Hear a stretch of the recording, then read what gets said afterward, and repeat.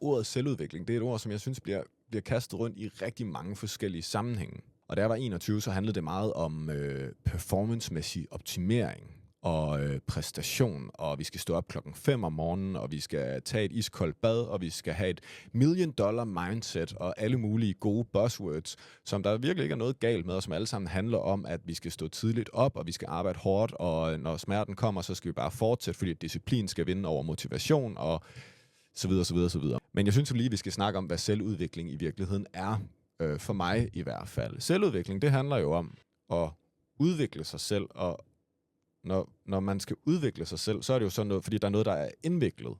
Og det her, det kan så være et symbol på vores personlighed på en eller anden måde, hvor vi i løbet af teenageårene er blevet en lille smule indviklet i os selv.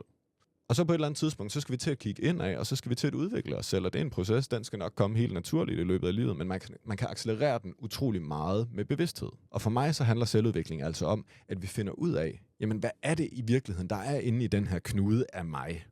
Og det er det, som selvudvikling er for mig. Og det starter med, at vi dybest set tager og kigger indad og reflekterer over, hvorfor gør jeg, som jeg gør? Hvorfor er de ting vigtige for mig, som er vigtige for mig? Hvad er det for nogle prioriteter, jeg har i mit liv? Men det, som selvudvikling så ikke er for mig, det er, at vi egentlig bare lægger lag på, hvor vi siger, jamen, hvordan kan vi tjene flere penge? Hvordan kan vi stå tidligere op? Hvordan kan vi arbejde hårdere? Hvordan kan vi få større muskler? Hvordan kan vi spise mere protein? Det er ikke selvudvikling for mig. Vi kan kalde det personlig optimering. Bare lige for at have tingene delt ad. Fordi den første del, jeg tror, den er rigtig god at have. Og jeg tror, det er rigtig godt at have fokus på alle de her ting her, især i ens unge år.